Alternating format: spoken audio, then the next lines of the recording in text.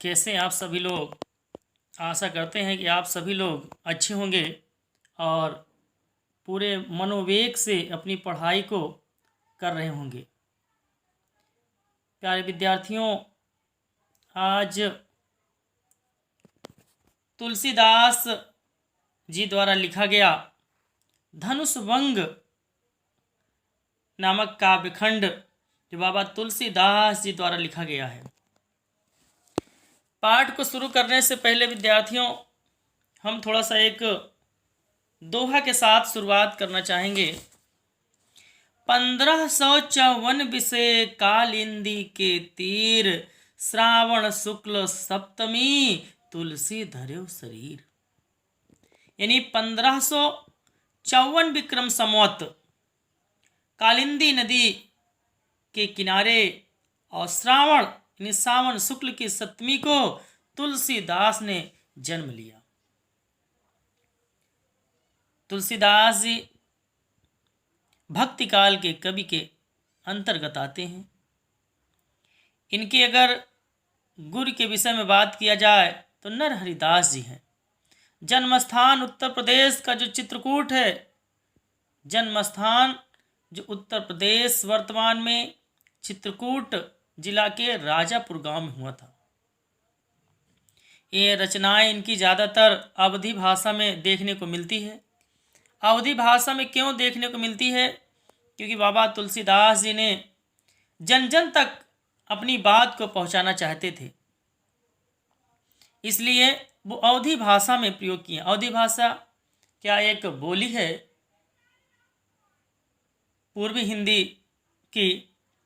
एक और दोहा हम पढ़ना चाहेंगे। सन्मत 1680 अस्सी गंग के तीर, श्रावण शुक्ला तीज शनि तुलसी तजो शरीर। यानी सन्मत 1680 अस्सी घाट के किनारे श्रावण शुक्ल की तीज को तुलसीदास जी ने अपने प्राण को त्याग दिया। यानी 1680 विक्रम संवत को इन्होंने अपने प्राण को त्याग दिया। धनुष भंग की शुरुआत कैसे होती है? मिथिला राज्य था एक, जिसे जनकपुर कहा जाता है। जनकपुर जो वर्तमान में नेपाल है, एक देश है। एक बार आर्य देवराज जो राजा जनक के पूर्वज थे,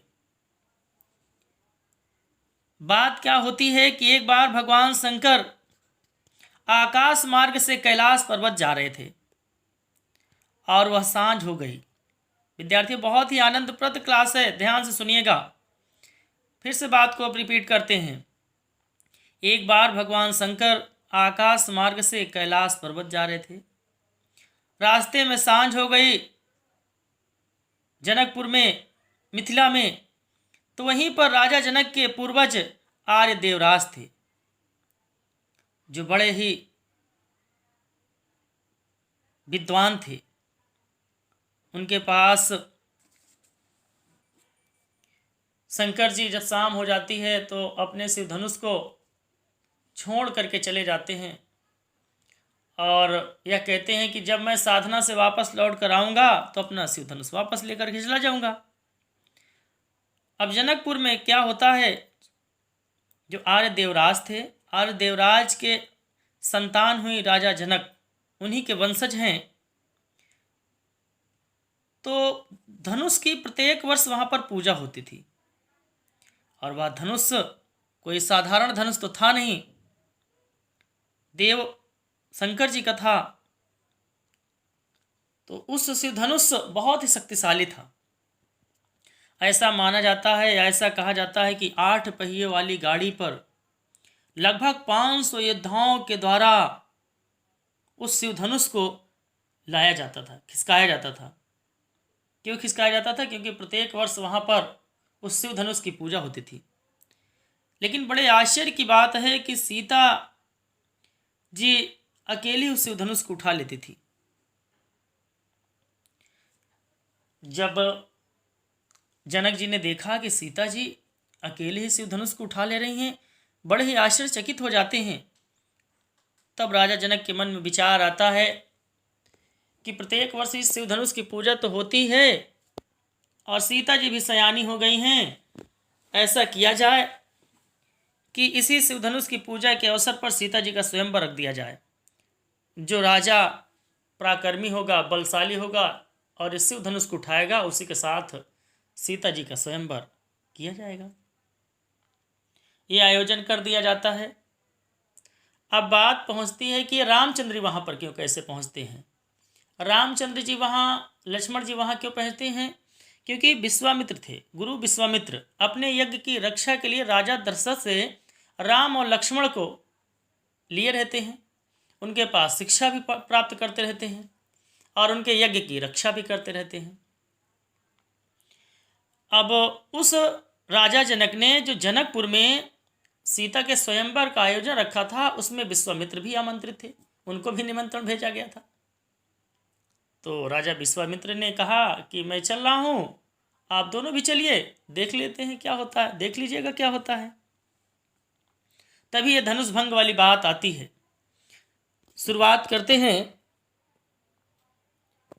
कि उदित उदयगिरि मंच पर रघुवर बाल पतंग, अबिकसे संत सरोज सब हर्षे लोचन भिंग।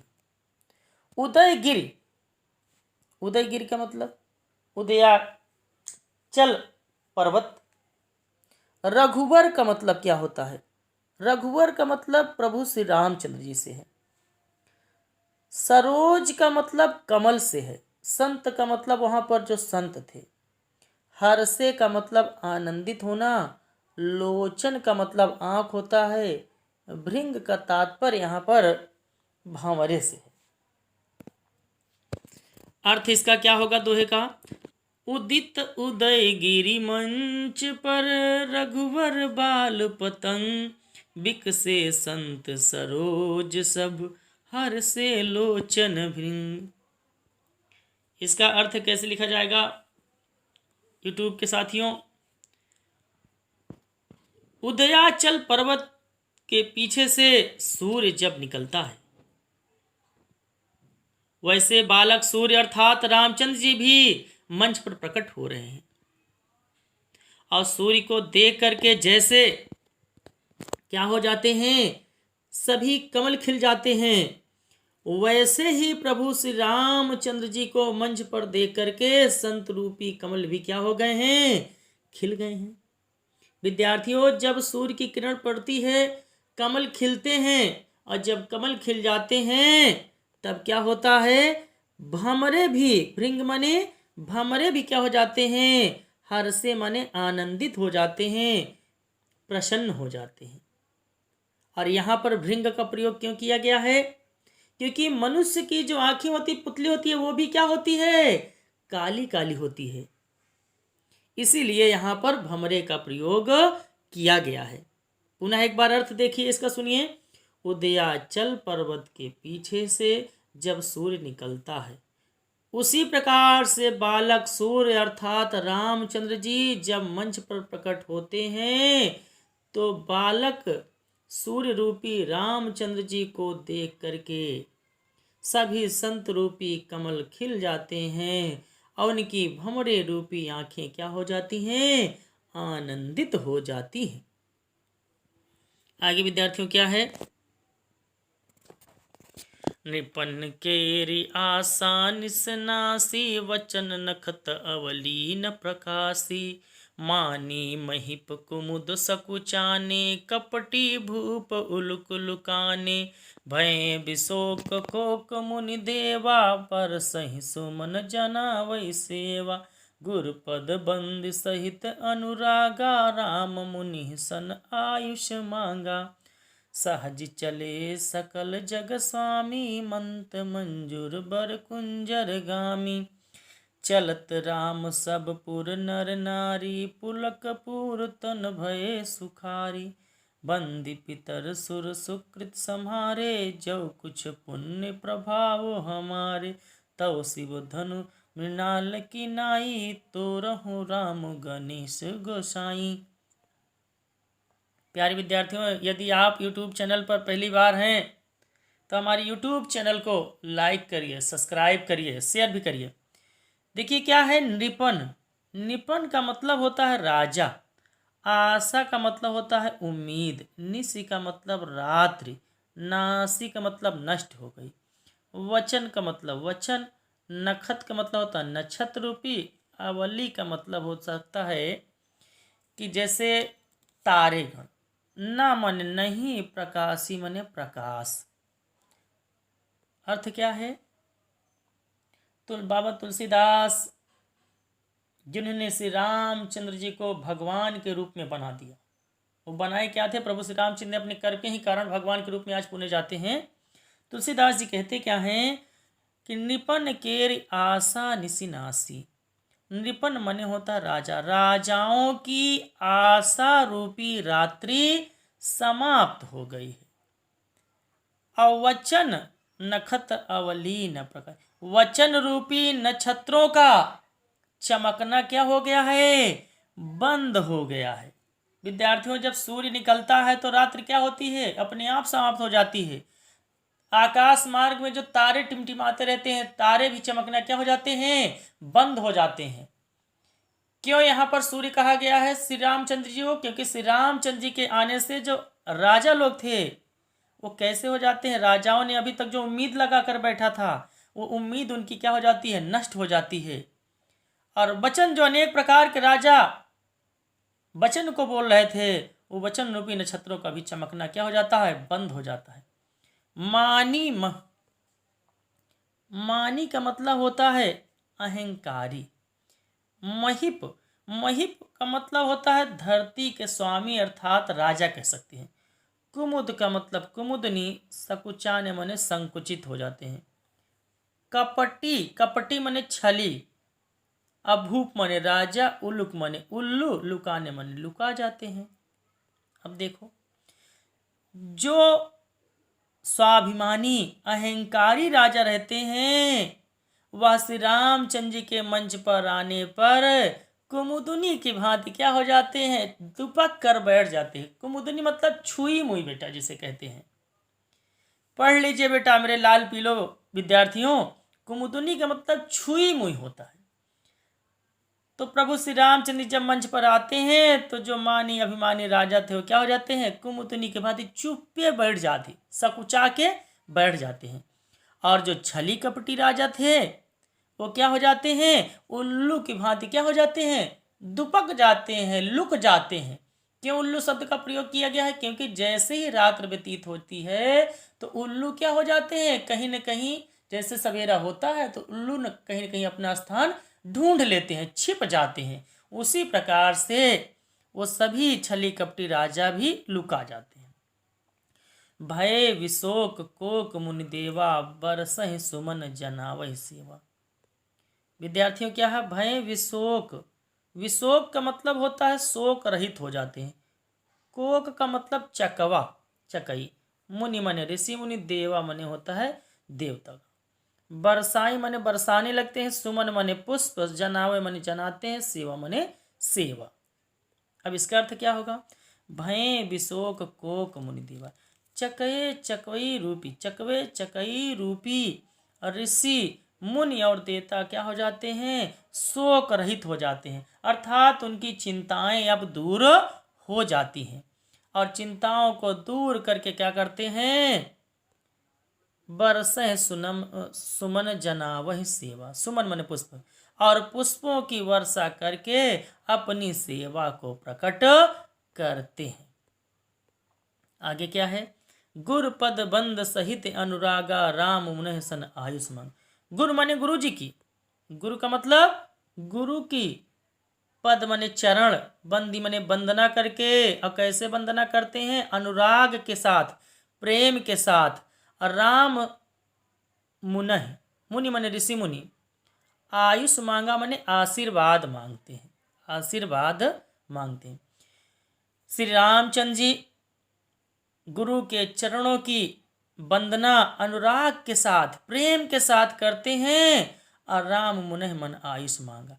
और ऋषि मुनि जो वहां पर उपस्थित थे उन सभी से क्या करते हैं? आशीर्वाद मांगते हैं। आगे क्या है, सहज चले सकल जग स्वामी, मत मंज बर कुंजर गामी। सहजय, सहजय माने बड़ा सरल, जैसे एक साधारण व्यक्ति चलता है बिना अहंकार के, साधारण व्यक्ति। चल जग स्वामी, जग माने संसार, स्वामी माने यानी जग स्वामी, संसार के स्वामी अर्थात श्री रामचंद्र जी। मत मंज, कुंजर का मतलब होता है हाथी, गामी माने चलना, मत माने मतवाला। प्रभु श्री रामचंद्र जी इस प्रकार से सहज भाव से चलते हैं कि जैसे कोई मतवाला हाथी मतवाली चाल से चलता है, अर्थात बिना अहंकार से सहज भाव से प्रभु श्री रामचंद्र जी उस मंच की ओर आगे बढ़ते हैं। आगे क्या है विद्यार्थियों, बहुत ही आनंदप्रद क्लास है, वीडियो छोड़कर मत जाइएगा, इससे सरल व्याख्या आपको कहीं नहीं मिलेगी और इससे पाठ से प्रश्न आता ही आता है। अगर इसको सीख लिए, पूरे पाठ को पढ़ लिए तो समझ लीजिए आपको 6 नंबर मिल गया, 6-8 नंबर मिल गया। आगे क्या है विद्यार्थियों, चलत रामपुर सब नारी, पुलकपुर तन भय सुखारी। चलत राम सब पुर नर नारी, जब प्रभु श्री रामचंद्र जी मंच की ओर चलते हैं तो पुर माने होता है जनकपुर, नर माने पुरुष, नारी माने महिलाएं, पुलक माने आनंदित, पूरी माने भरपूर हो जाते हैं, तन माने शरीर में, सुखारी माने आनंदित हो जाते हैं।